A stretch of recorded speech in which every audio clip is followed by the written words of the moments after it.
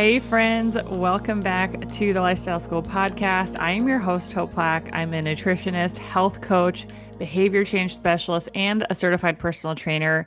Here on the Lifestyle School podcast, we talk about how to build the lifestyle that creates lasting health, sustainable weight loss, and metabolic freedom, and the energy to live the life that you want. Because at the end of the day, it isn't about chasing the next shiny object, the next fad diet. It's about understanding how your body works and learning how to work with it instead of against it to try to will your way to your best health. So today we're going to dive into a topic that's been making some headlines recently. There was a large study involving nearly 147,000 patients that found approximately roughly a 30% increased risk of osteoporosis among people using GLP-1 medications. And, when I saw this headline, my first thought wasn't like, oh, GLP-1 bad. My first thought was, this creates, I think, an opportunity to talk about what actually causes weight loss, what causes osteoporosis, and how fasting may activate many of the same pathways people are seeking from GLP-1 medications. So today we're going to talk about why GLP-1 medications work, and why they can be really helpful for some people. We're not going to get into like all the negative side effects of GLP-1s, and we might touch on a little bit like why they seem to stop working after a while for some people. But we are going to talk about how fasting mimics many of those same benefits naturally. We're going to talk about the recent osteoporosis study, what actually causes osteoporosis, what it is. I know we talked about this, I think it was maybe last week on the podcast, but we're going to talk about the Minnesota Starvation Study again, and tie it in here because I do think it kind of brings more context to the conversation. We're going to talk about why fasting is fundamentally different than chronic calorie restriction and why the goal should never be weight loss alone. Because losing weight, and becoming healthier are not always the same thing, right? And so we're going to hit some big topics today. I hope you're just excited as I am. But before we get into it, as always, a quick reminder that this podcast is for educational purposes only and is not intended as medical advice. Always consult with your healthcare provider before making major changes to your diet, fasting routine, supplements, or exercise, especially if you have any sort of chronic health condition. And then, as always, guys, I want to remind you at the beginning of the episode, if you enjoy this podcast, I would be so blessed if you'd share it with a friend, leave a review, subscribe to the podcast on Apple, Spotify, or YouTube, wherever you listen. And then give us a follow give us, it's really just me over here. Give me a follow over on Instagram or Facebook at Hope Plack Coaching. And then, as always, I'm trying to give you guys week by week, play by play of my own weight loss journey, right? Because I think we can learn a lot by watching other people. And this isn't my first rodeo when it comes to losing weight. I am about 4.5 months postpartum with baby number 4, and despite my best efforts, I gained a colossal amount of weight this pregnancy. I was so incredibly sick, especially in the first trimester, and yeah, it was just one of those things where it was like, no matter what I do, eating zero carbs, working out, my body's just like packing on the pounds. And unfortunately, that is just the case sometimes in pregnancy. And there's like just so few things that you can do. But long story short, I gained 50 pounds with this pregnancy. And about a month ago, about 4 weeks ago, my breastfeeding journey unfortunately came to an very early end. Usually I can make it 7 months. This time around, that's just not been in the cards for me. So I'm done breastfeeding. So I have then embarked on my own weight loss journey postpartum because I cannot lose any weight when I'm breastfeeding. Usually I gain weight. And that actually happened this time too, which is so fun, especially after gaining 50 pounds when you're pregnant. But anyway, so I am just wrapping up my 4th week. And I wanted to give you guys a little update because this week is kind of a fun one, but I think it's a really, really good teaching moment. So, if you don't know, my husband is a physician. He works in the ORs and the ICU as an anesthesiologist. And he just finished a 7, almost 8 day like working stretch. There was like 1 day off in there, but it was busy. It felt like an 8 day work stretch where he's working like 16-hour days. And we go through these, like we usually have a stretch like this once a month.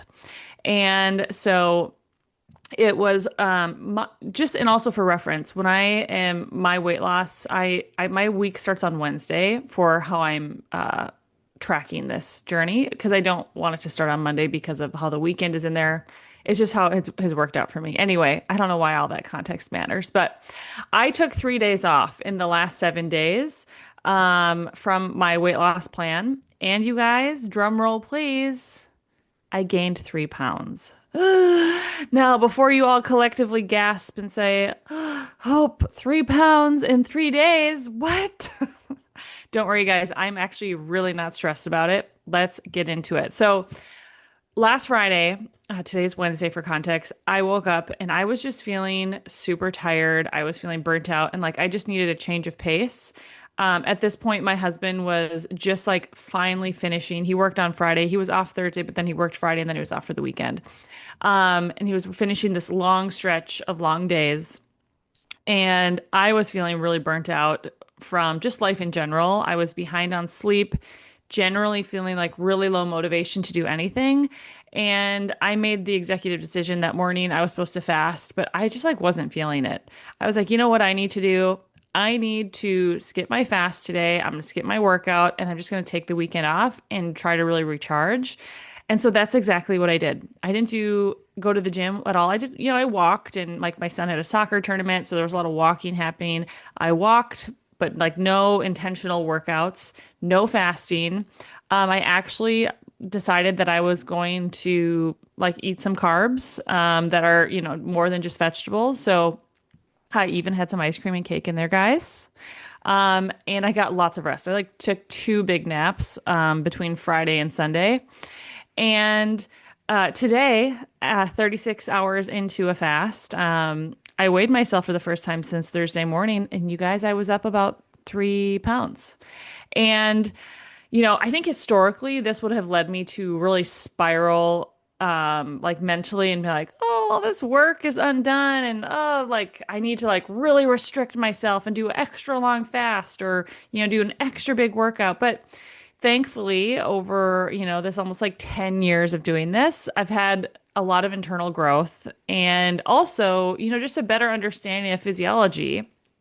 And I saw that this morning, and I can honestly say I was unfazed, which is a huge change for me from, like 5 years ago if I had seen this. And what I think is really important for you to know, and this is what I know, is that it is extremely unlikely that like really any of that weight that I gained on the scale from 3 days of, slowing down, resting, eating more carbs is actual fat accumulation. And here's why. So, first of all, to gain 3 pounds of fat, and we're not like big into calories and calorie counting over here, but just to like give you some like some understanding, to gain 3 pounds of fat, I would have had to overconsume by about 10,500 calories above my maintenance level calories in those 3 days, which would be really hard to do. Also, I went into those 3 days with my insulin really low. So my body wasn't like immediately telling my body, store all this food coming in as fat, right? So that makes a really big difference. And when I'm eating low carb, my normal low carb diet, what has happened is that I have depleted my glycogen reserves. And what happens is eating more carbs causes your body to rebuild those stores, like replenish the glycogen stores along with associated water. So this is a key point, which I think is just really good to know, because it just helps you understand what's happening on the scale so much better. Because I think the scale so easily gets in so many people's heads. But for every 1 gram of stored glycogen, there's about 3 to 4 grams of water stored. And I don't have the number in front of me here, but we can store quite a bit of glycogen between our liver and our muscles. And so, like yesterday morning, I went to the gym, worked out. I have been working through the stored glycogen. And, I can even tell you, I took my socks off. Was it yesterday or the day before? But I took my socks off and I was like, oh, like I can tell I still have water retention from the carbs I ate over the weekend because, like when your socks leave those indents on your ankles, you have like a little bit of swelling, like edema there. I mean, not anything significant, but it's just a little bit more than normal. And that just tells me like I'm still holding on to water that I hadn't previously been holding on to. And then there's also like the fact that like the sodium digestion connection. So when you're eating a low carb diet, it naturally reduces fluid retention, right? But when you return then to like a more standard diet that introduces more sodium and bulkier foods, that can lead to like a temporary digestive weight and fluid retention in your digestive tract. And so all that to say, yes, my weight on the scale went up this week, but I would not be surprised if by next Tuesday morning, when I weigh myself in, I have one of those big jumps of like, I'm down, 5 pounds again, similarly to like in the first week of weight loss, where you have that initial big jump. And so, yeah, I wanted to share this with you because, I talk about we're not just doing a diet. We are in this for the long term. Like this isn't like an 8-week thing that we do. We are in this for our health for the long term. And if you can't sustain something long term, there's like no point of doing it, right? And while what I was doing, I was feeling burnt out from it. It's not that I felt like it was unsustainable. And I don't know if that makes total sense, but how I like to think about it is we're driving a car, right? We put our foot on the gas, and my foot has been on the gas for the last 3 weeks. And this week, I just felt like I needed to take my foot off the gas and I needed to coast for a little bit. I needed to like recharge. There was like these other life circumstances that were feeding into this need to also to recharge, and that's okay, right? Your weight loss progress isn't going to be overnight as much as we would all love it to be, right? It's not going to be like this perfect, like upward trajectory. We're going to have phases of really like pushing where we're going to put our foot on the gas and we're going to go hard. And then there's going to be phases where we need to take our foot off the gas and coast for a little bit. And that's okay. And that's to be expected. And so, my hope in sharing this with you is that, like you haven't failed if you're like, I need to take like a little break. I need to take a little step back, maybe maintain for a couple days, or even just like totally rest for a couple days, and then get back into it. And so like what I can say, what I think was so good about me taking these 3 days off is, Monday came around and I was just like so excited to start again. And it wasn't from a place of like, I need to restrict and I need to like get back on track or I need to punish myself. It was more of like especially because I was eating more carbs and, carbs just don't agree with me very well. But, I was just so excited to feel my absolute best. And I know I would do that as I got back onto plan. Like we had dinner at some friends' houses on Sunday night, and the food that they served, unfortunately, it was spaghetti, which was not ideal for me. And I had decided ahead of time that I was just going to eat a little bit of it. Unfortunately, it did not agree with me. And so like I had some like digestion, like digestive pain. There we go. And so like, that added on top of it on Monday morning, I just felt like really excited to kind of get back into my normal rhythm of doing things because I knew I would feel so much better. I'd have so much more energy. And, of course, this week I'm like, hope you are going to get to bed on time and do that. Although, last night my son woke up twice, which I was like, oh, buddy, you've been doing so good. So anyway, that is an update, probably longer than I meant to talk about that. But I just wanted to like share my experience with you guys because truly like I'm with you guys in this process. And I don't have everything figured out, but I have been doing this for a very long time. And there is something to be said about that. So One last thing, guys, before we jump in to today's episode, I wanted to remind you that the supplement store is opened. If you head over to my website at www.hopecoaching.com, in that top right corner, there's a button that says store. Click on that. That's going to take you to my supplement store. If you want to support the podcast in a meaningful way so I can keep producing this free content for you guys, that would be a wonderful way for you to support the show. By if you're already purchasing supplements, go purchase them from me. I want you to know supplements are not FDA really regulated. And so the quality, it can vary wildly from brand to brand. And it's really important that if you are going to spend your hard-earned money, especially in this economy, on supplements, I want you to get supplements that are actually going to do what they say. And the only way that you can really know that is if they're third-party tested for quality and purity, which everything in my store is. Okay. And so that's not something that you're guaranteed when you're buying supplements at like Whole Foods, Costco, Amazon, or whatever. So, if you guys want the same professional grade products that I use that I recommend to my clients, head over to my website. Use code 104567. Again, that's 104567. At checkout, and you can order there. And if you are thinking about wanting to like take some supplements to support your health, but you're not sure where to start, you can check out episode 43 of the podcast, where I talk about my core 4 supplement recommendations and why they matter for metabolic health. Okay, guys, enough of all of that. Let's get into today's episode. So, everyone always gets excited when we talk about GLP-1. So, let's start with like an obvious question. And that is, why are GLP medications working so well for some people?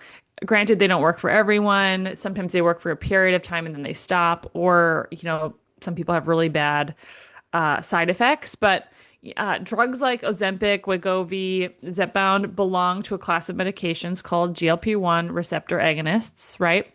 GLP-1 stands for glucagon-like peptide 1.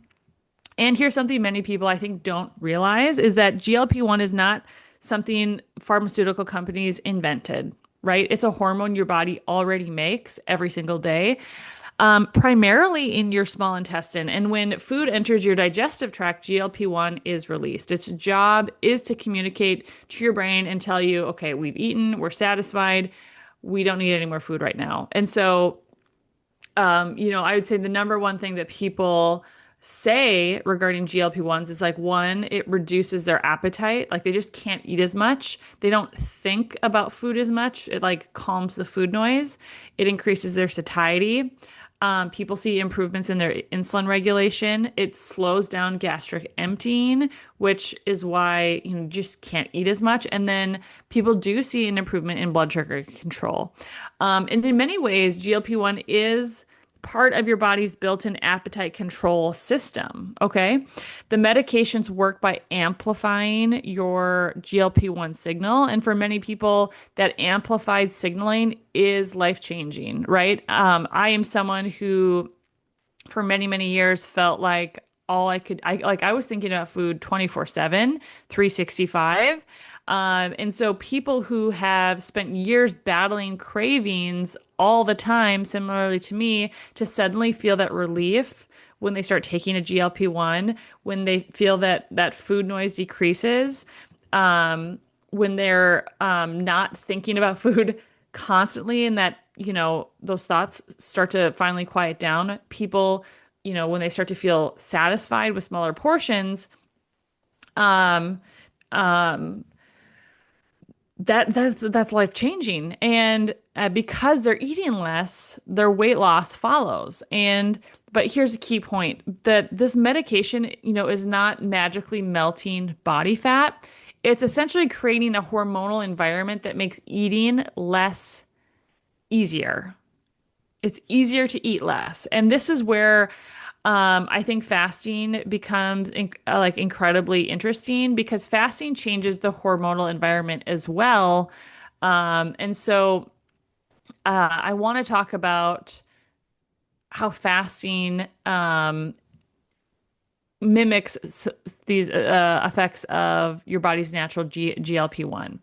So, long before GLP-1 medication existed, um, pharmaceutically as a medication, the human body was created with these mechanisms to survive periods without food.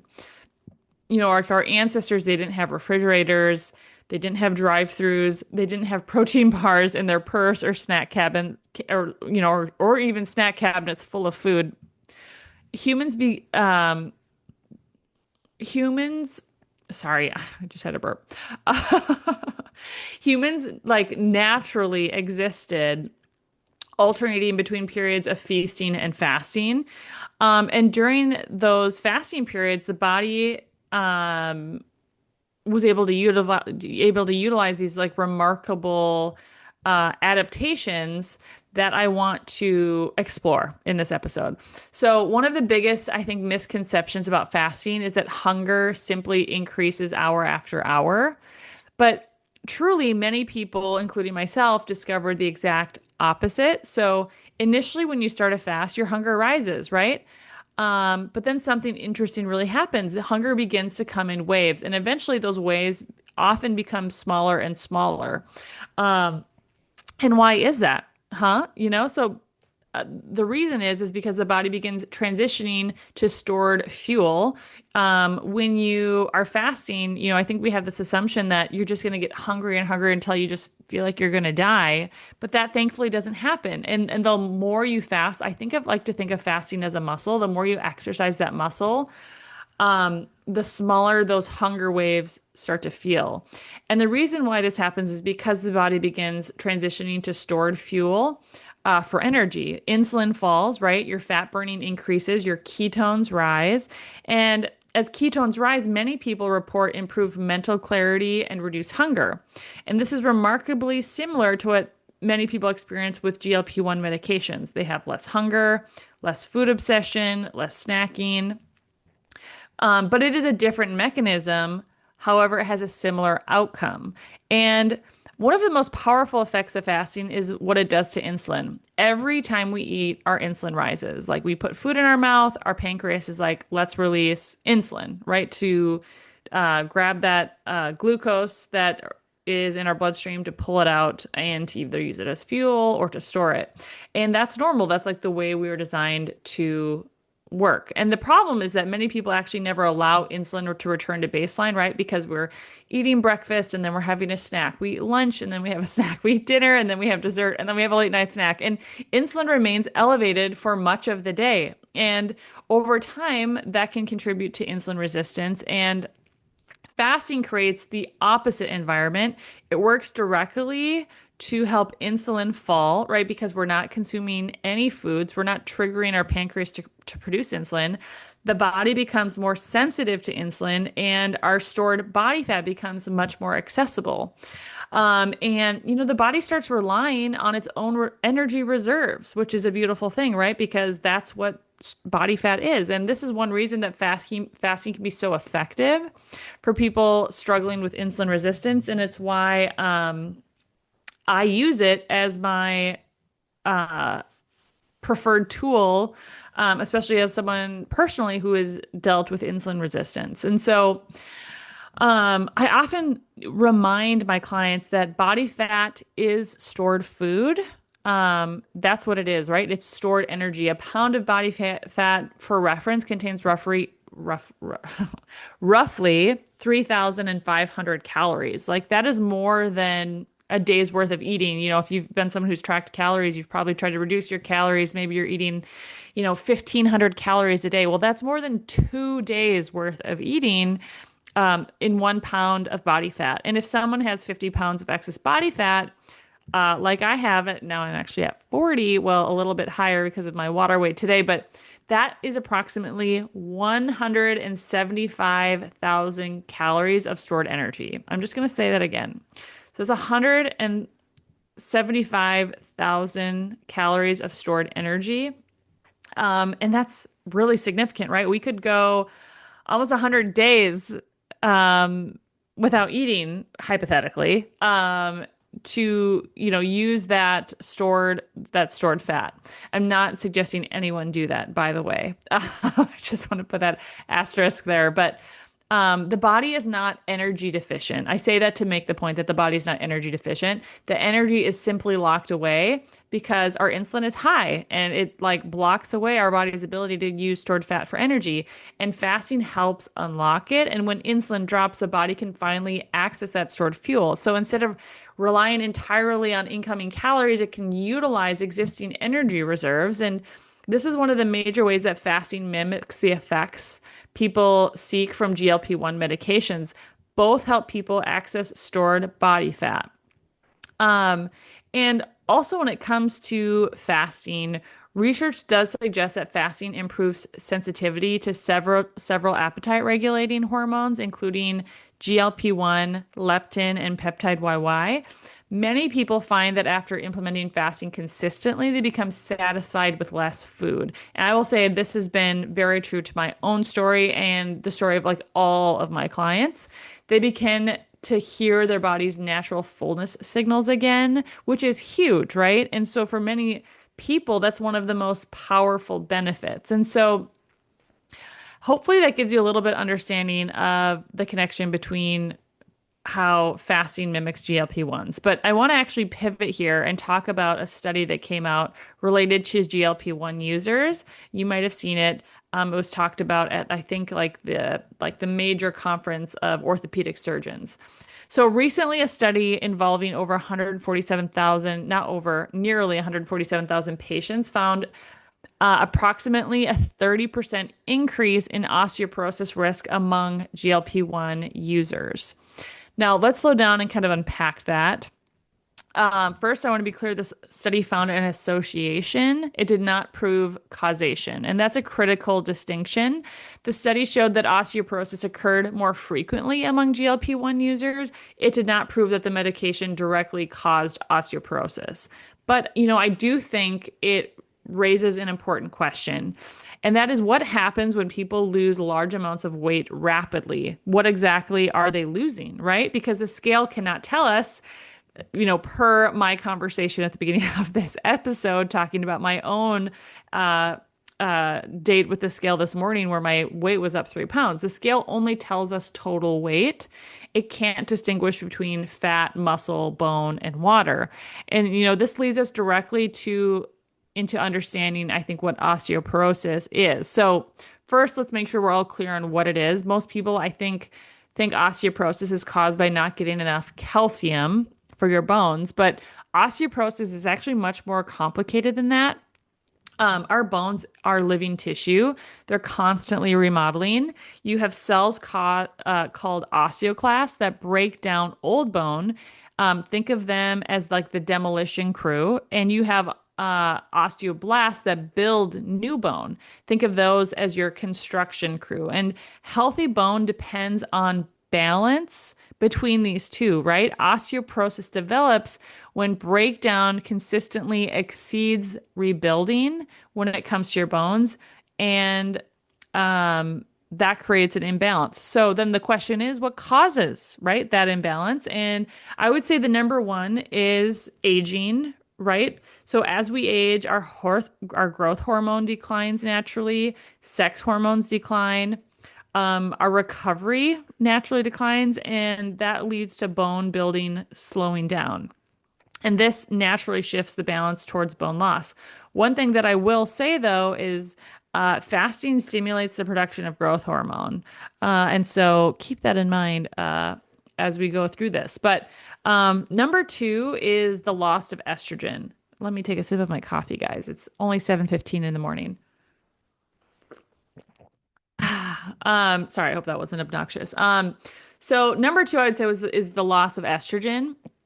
Estrogen is one of the most protective hormones for bone health. And this is why, I think it's really more common to see osteoporosis in women versus men because we have naturally a lot more estrogen.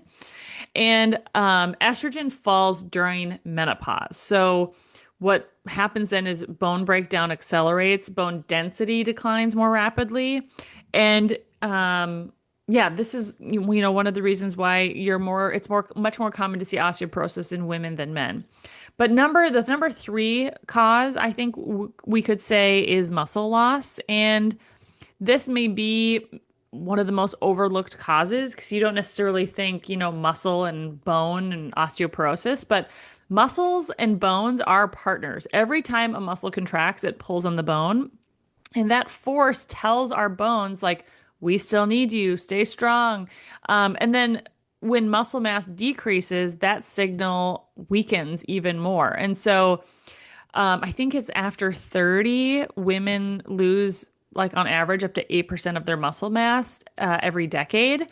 And so not only do we need to, well, I should say not only, I should say, this is why it's like so vitally important to protect your muscle at all costs, at all phases, whether you're losing weight, whether you're aging, whether you're in perimenopause, postmenopausal, using a GLP-1 drug or not. It's super important to protect your muscle mass by doing resistance training, ladies. We're not going to get the effects that we need by using 5-pound dumbbells. It's just not enough.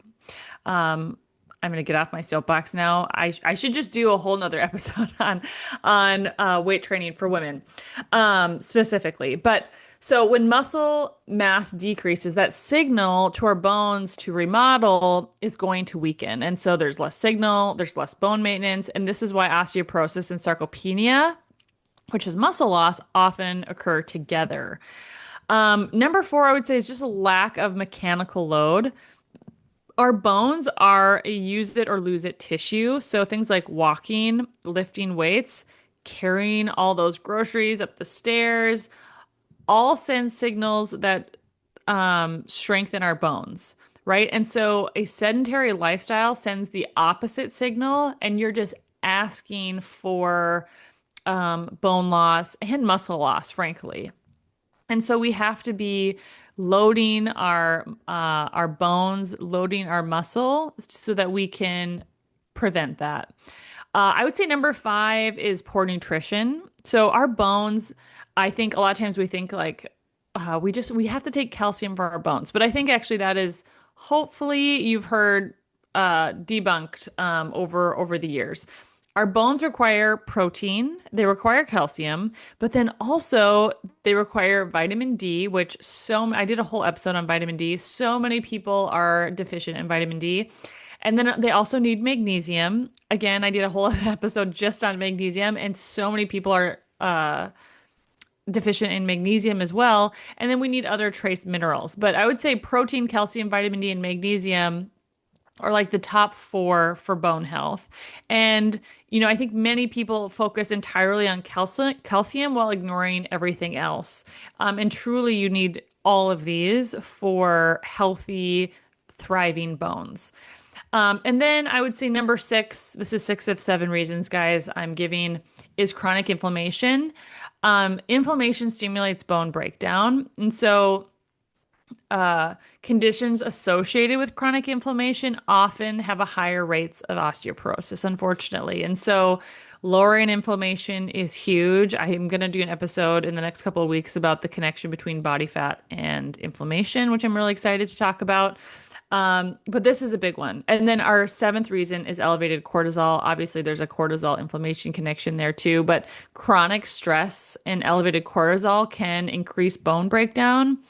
It reduces bone formation and it accelerates muscle loss. And so this is one of the reasons why sleep and stress management matter so much for bone health, is because, again, we have to have that balance between bone remodeling and bone building. And so now I want to pivot here and talk about one of the studies that I think we can tie into this, the Minnesota Starvation Study. I think it's just like such an intriguing, important weight loss study. And again, we talked about this a couple weeks ago. The study took place during World War II, or just after World War II, I believe, and was designed to help research understand how to rehabilitate people recovering from famine. So, if you didn't hear that episode, it was 36 healthy young men who volunteered for this study. They were healthy, lean, metabolically healthy individuals. And then what happened is that the researchers dramatically reduced their calorie intake for months. And what happened? Well, for these men, their metabolism slowed, their heart rate slowed, their body temperature dropped, their energy plummeted, and their strength declined. And I think maybe the most fascinating thing that happened with this study was what happened psychologically is these men became obsessed with food. They would like talk about food constantly, collect recipes, dream about food, and food really became the center of their lives. Many became anxious, depressed, irritable, and withdrawn. And you have to ask, like, why did this happen? Well, it's because they were chronically underfed. And this is what prolonged calorie restriction does. And the body naturally fights back. Okay. And so I want you to keep that in mind and let's like tie this together. So this is, I think, where so many people misunderstand fasting. The Minnesota Starvation Study was not a fasting study. I want to be really clear. Those men were eating every day. They were simply eating too little. And this is a very different approach than fasting. Because with chronic calorie restriction, hunger stays elevated, insulin remains stimulated because you are eating throughout the day, your energy slows down, and then your metabolism adapts downward. On the contrary, and this is like, I think the big differentiating factor with fasting is fasting directly suppresses your insulin. So your insulin is going to fall, it directly pushes down insulin. It's going to increase fat burning. Ketones are going to be produced and rise. It triggers the release of growth hormone and adrenaline. And the body receives different hormonal signals. So instead of, we're barely surviving, that signal becomes we're temporarily using stored fuel. And I think that distinction matters a lot. So now let's bring everything together. So when we look at the major cause of osteoporosis, I think a theme emerges. There's muscle loss, there was reduced loading, there's poor nutrition, and then things like chronic inflammation, hormonal dysfunction, not simply body weight. And this is why I think the real question isn't, how much weight did you lose? A better question would be what did you lose, right? Did you lose body fat or did you lose muscle too? Did you preserve strength or did you preserve bone, right? Because all of these things matter. And this is, I think, where fasting may offer unique advantage when done properly, is that, fasting combined with adequate protein on our feasting days, resistance training, nutrient-dense meals, and then a proper recover period, it creates an environment focused on preserving the tissues we care about while utilizing stored fat. And so, not one thing that I think is concerning about the use of GLP-1s is that similar to the Minnesota Starvation Study, there is just a suppression in like what people eat, right?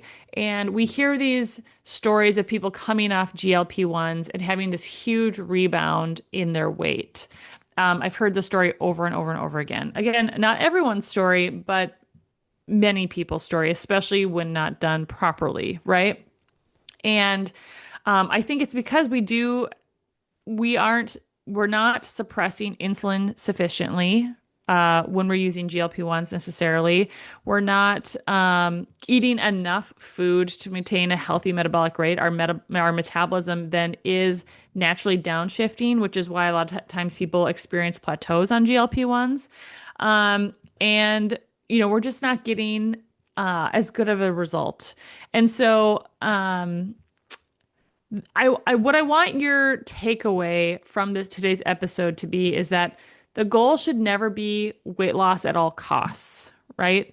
The goal is metabolic health. The goal is strong muscles, strong bones, healthy hormones, lower inflammation, having stable energy and long-term vitality. GLP-1 medications, may be helpful for some people.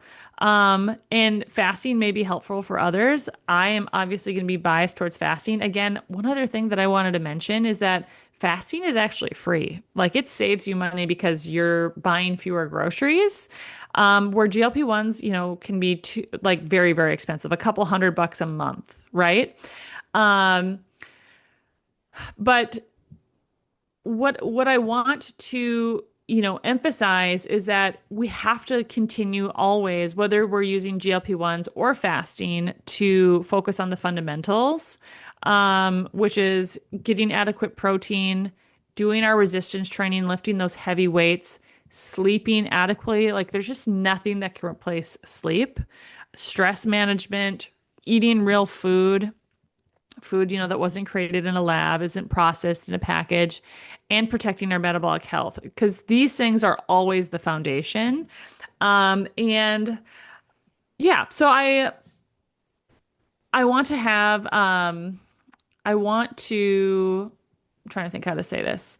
I want to encourage you, if you have thought like, oh, maybe if I just was able to take a GLP-1, I would be able to get to my goal. I would encourage you to try fasting. If you want to get started fasting, if you want to naturally help promote your production of your own GLP-1s, if you want to naturally suppress your hunger hormones, start with time restricted eating, just eating at meal times. See how you feel, and then slowly start like a 16-hour fast and eat your meals within an 8-hour window. Then, try a 24-hour fast where you just eat dinner one day or one meal that day. You go from like lunch to lunch or dinner to dinner or breakfast to breakfast, whatever works for your schedule.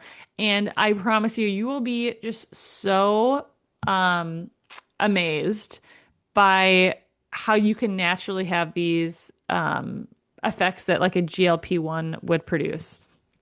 And so in conclusion, guys, if there's one thing I hope you remember from today's episode, it's this, is that your body, again, I know I say this all the time, is not broken, okay? Your body already possesses powerful systems to regulate things like hunger, fat burning, and maintaining energy balance, excuse me. And fasting is an incredibly tool. It's the way your body was designed to work. It's one of the oldest metabolic tools humans have used. And when paired with things like proper nutrition, resistance training, sleep recovery, it may help activate many of the same outcomes people are seeing from GLP-1 medications while preserving the muscle and the bone that helps us remain strong throughout life. Because really, at the end of the day, like that's the whole point, right? And it's going to save you a ton of money. So with that, you guys, I would love if you have any comments, questions, feedback for me on this episode. I'd love to hear from you, whether that's leaving a comment on the show, sending me a message over on social media. I just want to say thank you so much for joining me today. Thanks for being here. If you found this episode helpful, please share it with a friend, subscribe to the podcast, and leave me a review. And if you're ready to implement fasting safely and effectively, check out my course, Lifestyle School for Weight Loss. Also, I have only one spot available currently in my personalized coaching program that you can do in conjunction with the course if you're looking for some more like one-on-one help and accountability. So with that, you guys, until next time, keep building that lifestyle that supports the health and life that you truly want. You are worth the effort, and we'll see you next week on the Lifestyle School podcast.